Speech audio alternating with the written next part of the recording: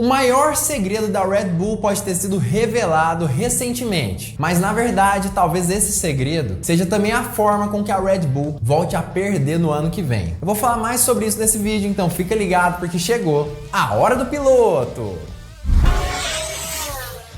Fala piloto, eu sou o Lucas Camargo, piloto de corrida há mais de 10 anos, ou melhor dizendo, um piloto aposentado. É isso mesmo, parei de andar de kart, mas agora me tornei engenheiro mecânico. Manda seus parabéns aqui embaixo nos comentários pela minha formatura e claro pelos meus MBAs já conquistados. Já foram 2 MBAs na área de gestão empresarial. E aqui inclusive é o meu estúdio, um estúdio diferente da hora do piloto. Mas enfim, vamos ao que importa. Uma das minhas grandes paixões, como todo mundo aqui desse canal sabe, é Fórmula 1 e eu tô de volta no canal justamente para falar um pouco mais sobre isso. Apesar de eu ter parado aqui com o canal, continuei acompanhando as corridas e claro, vendo um domínio impressionante de Max Verstappen nesse ano. Eu sei que você achou bizarro e talvez até mesmo você tenha achado a Fórmula 1 um pouco mais chata, até porque eu achei também.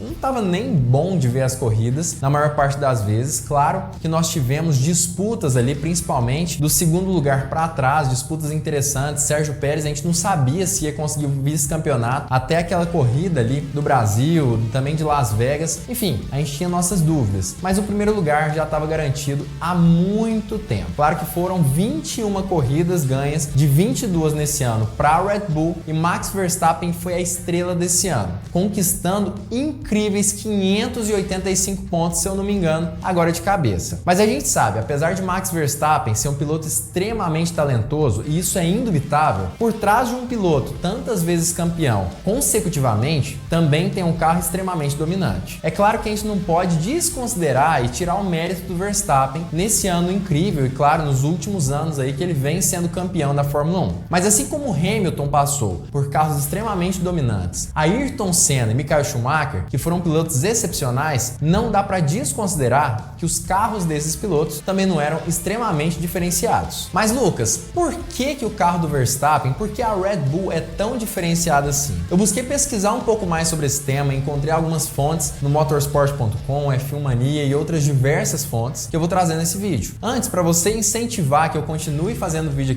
aqui pro canal, continue trazendo conteúdo eu mesmo, meu rostinho, não esquece de se inscrever aqui embaixo, curtir esse vídeo e também compartilhar com todo mundo, avisando que eu tô de volta aqui no Hora do Piloto. E claro, já comenta aqui embaixo se você gostou do meu retorno ou não. Mas por que a Red Bull é tão dominante, ou melhor dizendo, foi tão dominante nesse ano especificamente? Segundo algumas entrevistas, tanto com membros da Red Bull como com alguns membros que eram da Red Bull e foram para outras equipes, o que acontece basicamente é um conjunto. É como se fossem engrenagens de um relógio que conseguem ser encaixadas de uma forma perfeita. Muitos dizem que a aerodinâmica da Red Bull é a grande diferença, é o grande diferencial. Claro que aquele DRS bizarro que muitos falam inclusive, que tem 30% a menos de arrasto do que qualquer outro DRS da Fórmula 1, pode sim ter ajudado. Mas uma coisa que é muito importante nós ressaltarmos é que nesse novo regulamento da categoria, com o efeito solo, uma coisa que importa muito é deixar o carro mais baixo possível. Sei que eu já expliquei muito no decorrer dos últimos anos aqui no canal, mas quanto mais baixo tem um carro que utiliza o efeito solo para aumentar a aderência, mais esse efeito tem potencial de gerar essa aderência. Ou seja, o carro da Red Bull consegue assim ser bem mais baixo do que os outros, mesmo tendo esse risco ali de arriscar, por exemplo, o assoalho ou algo nesse sentido. Mas é aí que vem o pulo do gato. O carro da Red Bull é tão estável e tem uma aerodinâmica tão estável que apesar de andar mais baixo do que todo mundo, o assoalho risca no chão como qualquer outro carro, mas não é vamos dizer assim, uma proximidade e um risco ali, né, tão alto quanto outros carros. O porpoise na Red Bull é quase inexistente, justamente por conta dessa estabilidade aerodinâmica. Isso é algo impressionante. Isso sem contar com outros sistemas, como por exemplo, a própria suspensão do RB19, que é diferenciada. Claro que os regulamentos de suspensão são muito mais rígidos do que os anos anteriores da Fórmula 1, antes desse novo regulamento. Mas apesar dessa rigidez, a Red Bull conseguiu sim assim ali nas entrelinhas, utilizar um acerto fino impressionante que, apesar de muitas equipes dizerem que esses acertos podem diminuir o downforce, a Red Bull conseguiu encontrar um meio termo incrível. Deixou o carro mais estável, mas sem perder ali a sustentação e a aderência através da suspensão. Basicamente, aparentemente, a Red Bull parece ter criado um carro praticamente perfeito nesse ano de 2023, o mais equilibrado talvez até mesmo da história da Fórmula 1. Por coincidência, eu cheguei a ver ali algumas entrevistas e até mesmo algumas notícias lá da época de 2013, na época do Sebastian Vettel. E era muito polêmico. Muitas pessoas diziam que tinha controle de tração, que o difusor estava errado. E isso realmente pode ter acontecido, como a gente sabe que aconteceu em outros momentos da Fórmula 1. E se era correto ou não, isso eu não quero falar nesse vídeo. O que importa é que nesse momento, as principais considerações que as pessoas fazem sobre o RB19 não são tanto falando que o carro está fora do regulamento,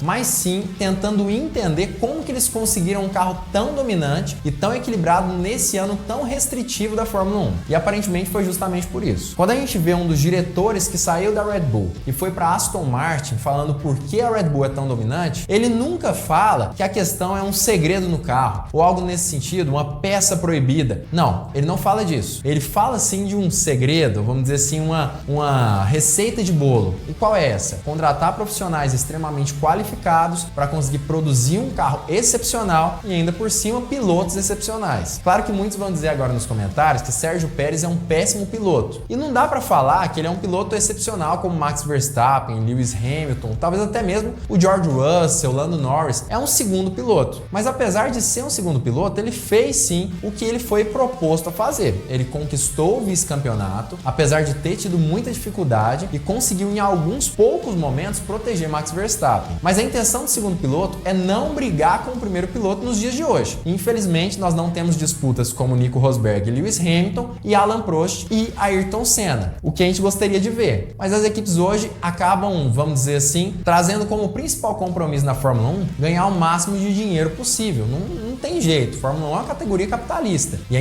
importante ganhar dinheiro em cima da categoria. Ou seja, ter dois pilotos extremamente dominantes, apesar de fazer a equipe aparecer, pode destruir muito carro e até mesmo tirar o campeonato mundial deles. Vide 2007 com Lewis Hamilton e o próprio Fernando Alonso. Hamilton perdeu por um ponto com o Kimi Raikkonen naquele ano, justamente porque Fernando Alonso e ele estavam brigando pra caramba, tiveram vários problemas e acabou que nenhum dos dois ficou com o campeonato. Essa situação acontece sim na Fórmula 1 e é importante ressaltar isso. Mas não dá para tirar o mérito do Pérez também de ter conquistado o vice-campeonato e muito menos do Verstappen de conquistar o seu campeonato propriamente dito. Ou seja, Red Bull é um carro que não tem grandíssimos segredos, mas sim tem ali uma forma de trabalho que é completamente diferenciada e conseguiu criar um bólido extremamente estável nesse ano. Mas Christian Horner não é muito otimista com relação a isso tudo que acabou acontecendo. Ele acredita, na verdade, que a Red Bull para o ano que vem não vai ter a mesma dominância que ela teve agora em 2023. Nas entrevistas que ele dá, ele fala basicamente que outras equipes têm se aproximado, inclusive têm corrido perto da equipe ali dos touros vermelhos. Não tem como falar algo diferente. A gente percebe que em algumas corridas, tanto a Ferrari quanto a Mercedes e até mesmo a McLaren andaram bem próximas da Red Bull. Claro que no fim das contas, principalmente em ritmo de prova e até mesmo desgaste de pneus, a Red Bull continua muito à frente, mas não parece que falta tanto assim para as equipes começarem a disputar algumas corridas com a equipe dominante até o momento. E é importante nós nos lembrarmos que o teto orçamentário pode acabar ajudando essas outras equipes. Acaba que a equipe vencedora